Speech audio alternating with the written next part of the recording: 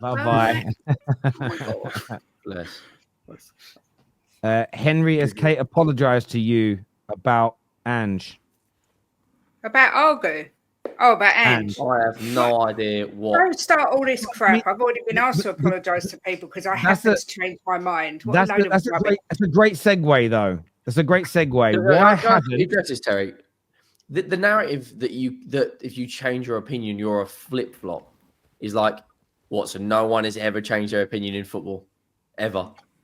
Like it's fucking madness. But look, yeah. Why has Ange not been sacked?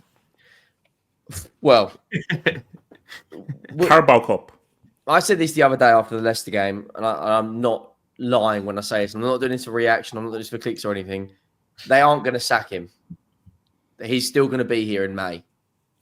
So all the reports are coming out that that they're prepared to back him. Then why have we only brought in Kingsky in January? So if he finished 17th, he wouldn't go. If he finished 17th, 1 point ahead of the relegation, he still gets kept. The problem is we've been down the route of let's get an elite gaffer who will come in and win us trophies. We tried that with Jose and Conte, who collectively have got over 40 trophies between them. The problem is, and this isn't letting Ange off the hook because I think tactically he's a disaster at times, but we're at a point now where all the numbers are coming out on the financial side of things with Tottenham.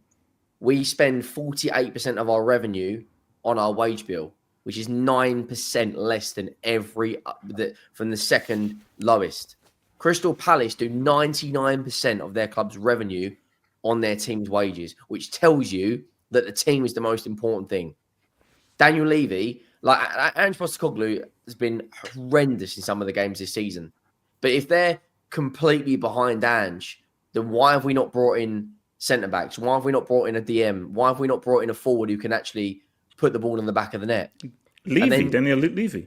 Precisely. So then the club spokesmen have come out, Ali Gold and Paul O'Keefe, and said that when you've got people that are connected to the football club saying how bad it is inside behind closed doors, and then you look at our injury department, we've got 8 fit players out of our 25-man squad, and only 6 of those are over the age of 18.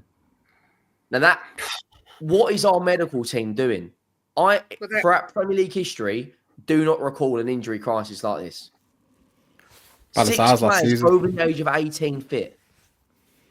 We've got Bergvall and Gray. Sorry, I was going to say 2 medical directors have left this year last year because they won't work with Ange Postecoglou. So something's definitely not right with the whole training. But go on, Henry. Sorry. There's a lot of ITKs coming out now saying that the intensity in the training is similar to a match day. So that when obviously you normally have recovery, you have training, you have a schedule throughout the week. It's at the point now where players are essentially doing a 90-minute training session, but at game level. Now, you can be fit and you can be match fit. I think only 3 of our players right now are match fit, and one of those is the goalkeeper. He's at a point now. James Maddison today just been announced he's out for 4 weeks. We've got an entire 11. Everyone in our 11, other than Pedro Porro and Dejan Kulusevski, is injured. We got a game tomorrow night, or Thursday, a couple of nights' time against Elversborg, whatever. They're like 23rd in the Europa League. We'll beat them, probably 2 or 3-0, and then everyone will be back on the, happy days. Then you look at our run of fixtures from Brentford to Chelsea, I don't see a win. So if we're prepared to back this manager, when I said relegation before the Everton game, if Everton beat Leicester on Sunday and we lose to Brentford, which is looking likely, we're 16th. We'd be 6 points off the relegation zone.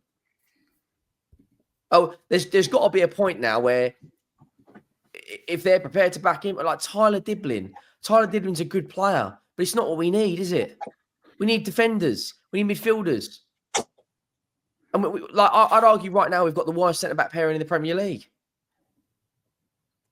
And one of those players isn't even a fucking centre-back. He's a midfielder who spent more of his games as a professional player at Spurs playing out of position. And then the narrative, Daniel Levy's about apparent war. The rumours are he's going to give himself another 250 grand a year pay rise.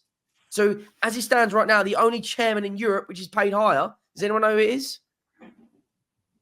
Florentino Perez, who's delivered 9 Champions League since being the chief of Real Madrid. We've delivered an F1 go-kart and all these concerts. It's a fucking joke. Like, it's actually the point where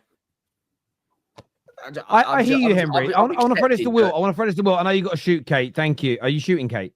No, not me. It was have hope. Oh, so have hope. I thought you were saying see you to us. Sorry. I want to throw this to Will, right? I want to throw this to Will. Do you think it's conceivable if Big Ange stays that they could go down? You're on mute.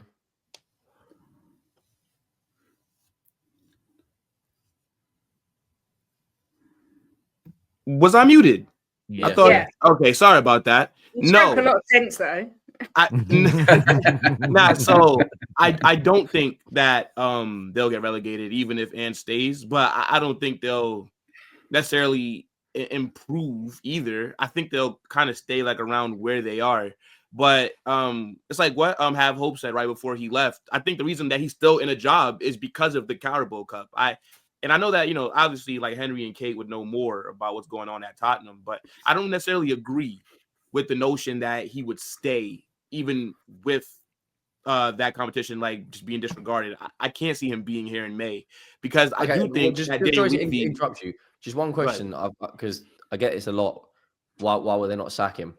What manager right now would touch the football club, looking at the injury crisis, looking at the fact that ENIC out is trending? They've got 60 more police officers prepared for the Manchester United game because of a protest. What manager right now will anyone from the Championship? Big Sam, he'll do a job. And do they improve us right now? Yeah. Big Sam would. Well, Big Sam would.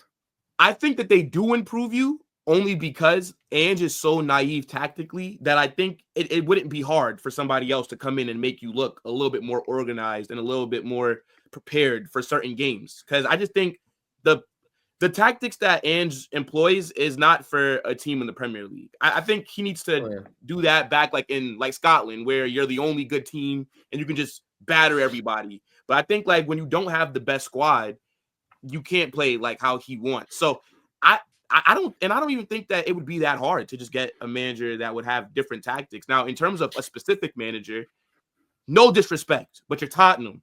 So I can't necessarily like list off managers because all the managers that I would think of would be people who I wouldn't think would come. So I think you would have to look maybe at like, it's like what Terry said, like some like championship managers. What about like someone maybe like somebody from a different league? I think he's enjoyed a good season. I don't think he'd enjoy what they're doing. Do you not think we could quadruple his salary? Potentially. I mean, do what United did with Amorim and just listen. This is what we want to do with you. Give him the backing. This season's a write-off. Do what you can. Try and get us as high as you can at the league. Next season, they have to promise some backing.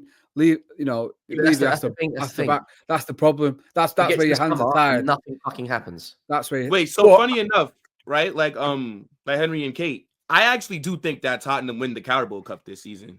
Nah. Like that's my that's my bold prediction. I think that you guys see a trophy this season.